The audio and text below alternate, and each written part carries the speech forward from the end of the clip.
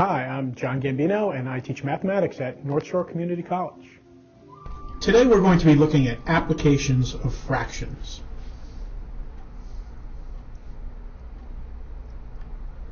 In solving any applications problem, there are a few critical steps that you want to follow. The first is to really understand the problem. That means reading the problem carefully and gathering any important information, and maybe even drawing a picture if it helps solve the problem. The second step is to devise and implement a strategy to solve. So one of the things we would do in this case is to perform calculations, which may be adding and subtracting fractions, or perhaps multiplying and dividing fractions. Then state the answer, including any units of measurement stated in the problem. The third step is to check your answer, estimate whether your answer is reasonable or not. Let's look at our first example. It takes 16/24 yards of ribbon to make a hair bow. How much ribbon is needed to make 8 bows? Well, we know that we want to make 8 bows, and each one uses 16/24 yards of ribbon. In order to find the total amount of ribbon that we need, we will multiply 16/24 yards by 8. That will give us our total amount of ribbon. So 16 divided by 24 times 8 is the calculation we want to perform. Now, in this case, since we're multiplying a fraction by a whole number, it's probably easiest to make them both fractions. So we place 8 over 1. And now, before we do the multiplication, we might want to try to simplify this calculation. We know that 8 divides into 8 once, and we also know that 8 divides into 24 3 times. Now we can multiply these two fractions by multiplying the numerators together. So 16 times 1 gives us 16, and 3 times 1 gives us 3 in the denominator. Now at this point, we might want to change this into a mixed number. Right now we have an improper fraction of 16/3 yards. So at this point, we'll take 16 and divide it by 3 using long division. Now 3 goes into 16 5 times with a remainder of 1. So we have 5 and 1/3 yards of ribbon that's needed to make our 8 bows.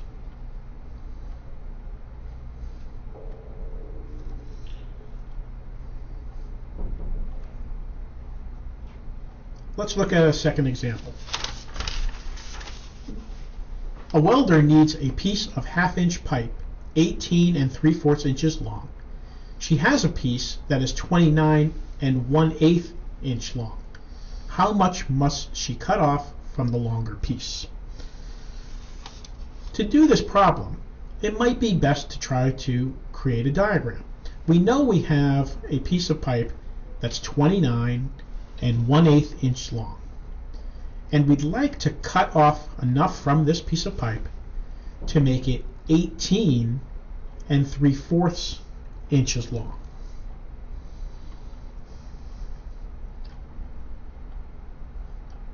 So the amount we need to cut off we can determine by using subtraction.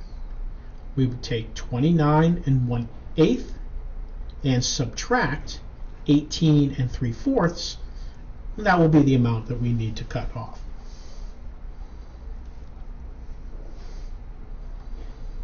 So we take our 29 1/8 and subtract 18 3/4 to give us our answer. Now in doing the subtraction, we notice that the denominators of the two fractions are different.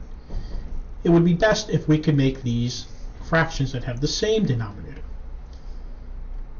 The common denominator between these two fractions is 8.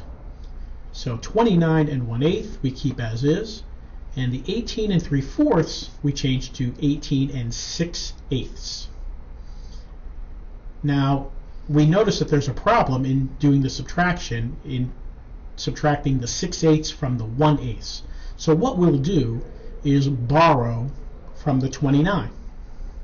We know that 29 is equal to 28 plus 1. So we have 28 plus 1 plus 1/8, and we're subtracting 18 and 6/8. Now the 1 we can re-express as 8/8. So we would have 28 plus 8/8 plus 1/8 minus 18 plus 6/8.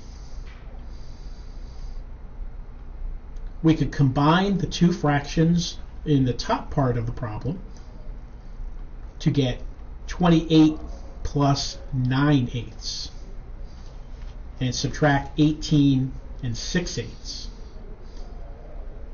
Now the 9/8 minus 6/8 is 3/8,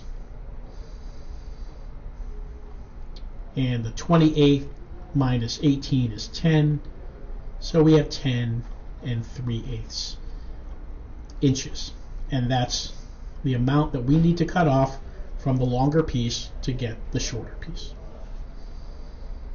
Let's look at a third example. A student's tuition was $2,100. A loan was obtained for 6/7 of the tuition. How much was the loan? Well, in order to figure out how much the loan was, we need to figure out what 6/7 of 2,100 is. In mathematics, the word of is usually represented by multiplication. So we have 6/7 times 2,100. Again, we have a whole number and a fraction, so let's make them both fractions by placing the 2,100 over 1. Now, we also want to look to see if we can reduce this, simplify it before we do the multiplication. And we know 7 goes into 7 once, and 7 goes into 2,100 300 times. Now we multiply straight across. 6 times 300 is 1,800. And in the denominator, we simply have 1 times 1, which we don't need to write in. So our final answer is $1,800. That is the amount of the loan.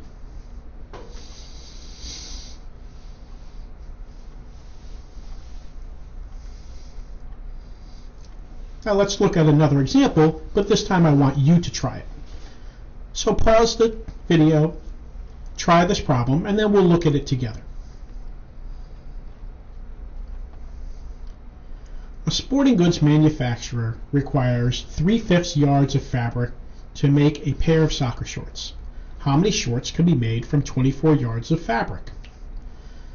Well, in this case, we know we have a total of 24 yards of fabric, and each one requires 3/5 yards of fabric to make. Each pair of soccer shorts requires 3/4 yards of fabric. So if we take 24 yards and divide it by the 3/5 yards, we'll get the total number of pairs of shorts we can make. So 24 divided by 3/5 is the calculation we want to perform. But when dividing these two, we still want to make 24 a fraction. And then in order to divide two fractions, an equivalent way is to invert the second fraction and multiply. So an equivalent expression is 24 over 1 times 5 over 3. Now again, we can simplify this expression before we do the multiplication. We know that 3 divides into 3 once, and we know 3 divides into 24 8 times. We multiply straight across to get 40 in the numerator and 1 in the denominator, which can be simply written as 40 pairs of shorts.